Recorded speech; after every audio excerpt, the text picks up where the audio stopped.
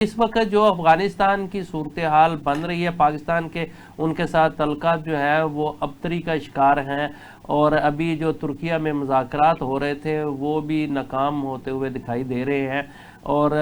پاکستان کے وزیر دفاع نے کہا ہے کہ جی اگر ہماری سرحدوں کی خلاف ورزی ہوئی تو ہم افغانستان کے اندر تک جا سکتے ہیں۔ کیا کہیں گے، کیا صورتحال بن رہی ہے؟ آپ بین الاقوامی سطح پر ذرا حالات کا تجزیہ کر کے ہمارے ناظرین کو بتائیے گا۔ بسم اللہ الرحمن الرحیم۔ میاں صاحب بہت شکریہ آپ کا۔ میاں صاحب دیکھیے، بات اصل میں یہ ہے کہ یہ کوئی آج کی بات نہیں ہے جی، یہ پاکستان جب سے بنا ہے افغانستان کی ایک ہی طرح کی پالیسی رہی ہے۔ افغانستان کے کوئی بھی حکمران تھے وہ اسی قسم کی پالیسی کے اوپر چلے۔ یہ تو ہمارا مسئلہ رہا ہے کہ ہم جو ہیں ہمیشہ یہ کوشش کرتے رہے کہ کسی طرح اب والا بدل جائے گا، اب والا بدل جائے گا، لیکن ہمارے پاس نظام کی 1998 کی جب پہلی طالبان حکومت آئی تھی اور ہم نے چاہا تھا کہ اس وقت جو ہے وہ کیونکہ میعاد 100 سال کی ختم ہو رہی تھی کہ کم از کم اس کو ریکٹیفائی کر دے، لیکن اس وقت انہوں نے ریکٹیفائی کرنے سے انکار کر دیا تھا۔ اس لیے یہ بات ہماری سمجھ میں موجود تھی کہ یہ جو کچھ بھی ہم کر رہے ہیں، دیکھیں امریکن یہ کہتے ہیں کہ آپ کہیں جا کر سراج حقانی سے بات کریں جس کو آپ ہر 2 گھنٹے کے بعد اس کی پوزیشن بدل دیتے تھے۔ آج کون گیا ہے مذاکرات کے لیے؟ یہ مذاکرات کی ناکامی جو ہیں وہ چھوٹے بھائی ہیں سراج حقانی صاحب کے، اور وہ تھے وہاں پر اس وقت جو تھے وہ انچارج کے طور پہ یا ایک اہم آدمی کے طور پہ۔ اور دیکھیے یہ جو وزیر قبیلہ ہے، مسعود قبیلہ ہے، اور یہ جو حقانیز ہیں یہ ایک ہی ان کے بڑے ہیں، تو یہ لوئر پکتیا کے علاقے میں تو یہ ممکن نہیں ہے، کیونکہ نظریاتی طور پر دونوں ایک ہی طرح کی آرگنائزیشنز ہیں۔ تو ان سے یہ توقع رکھنا کہ یہ دوسری آرگنائزیشن کو دیکھیں، وہاں کیا ہوا؟ وہاں یہ ہوا ہے کہ انہوں نے یہی ایکسپٹ نہیں کیا کہ وہ ان کے پاس موجود ہیں یا کوئی دہشت گردی کر رہے ہیں، بلکہ پہلے وہ شروع میں یہ کہتے رہے کہ آپ ان سے ڈائریکٹلی بات کریں، پھر انہوں نے کہا ہم ریٹن کوئی ضمانت نہیں دے سکتے ہیں،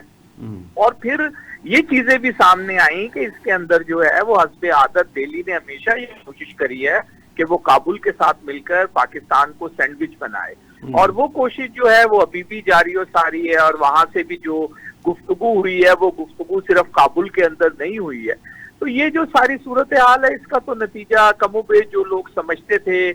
وہ سمجھ رہے تھے کہ یہ اسی قسم کا نتیجہ نکلے گا، لیکن بہرحال ڈپلومیسی کے اندر جو ہے وہ بات چیت کو بند نہیں کیا جا سکتا، اور اپنی آپ بات چیت اگر آپ کو یاد ہو تو اسی استنبول میں حامد کرزئی صاحب کے ساتھ جنرل پرویز مشرف نے ملاقات کی تھی، اور وہ بھی انہوں نے ہی کروائی تھی۔ پھر اسی استنبول کے اندر آصف علی زرداری صاحب کی ملاقات ہوئی تھی، اور جس کے اندر جو تھے وہ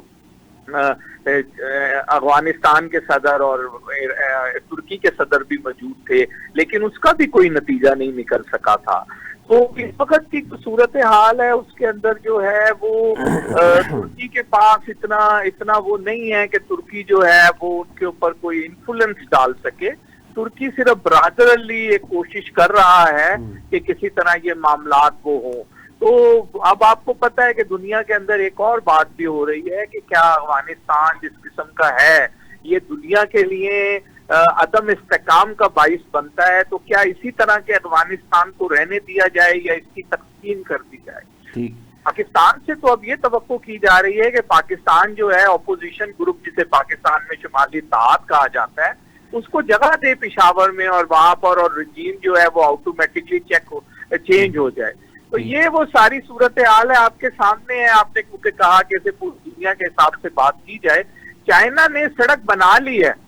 لیکن چائنا اپنی ٹریڈ اوپن نہیں کر رہا افغانستان سے، اور اس کی ریزن یہی ہے کہ چائنا کے اندر بھی ایسٹ ترکمانستان موومنٹ جو ہے وہ اسی طرح کی دہشت گردی کی حرکتیں کر رہے ہیں، اور ان کا خیال ہے کہ اگر ٹریڈ کو کھولا گیا جیسے پاکستان نے کھولا ہوا تھا تو ان کے آنے میں مزید آسانی ہو جائے گی۔ اور اسی کے جواب میں ابھی پچھلے ہفتے جو ہے وہ چائنا ایک بہت بڑا پل وہاں بنانے جا رہا تھا، لیکن طالبان رجیم نے اس ٹھیکے کو منسوخ کر دیا ہے۔ تو یہ ایک دنیا جو ساری ہے، ابھی جو چابہار دہشت گرد پکڑے گئے ہیں جنہوں نے سوسائڈ اٹیک کیا تھا ایران کے اندر، اس میں سے 16 میں سے 14 جو لوگ آفیشیلی ایران نے کہا ہے وہ افغانی ہیں۔ تو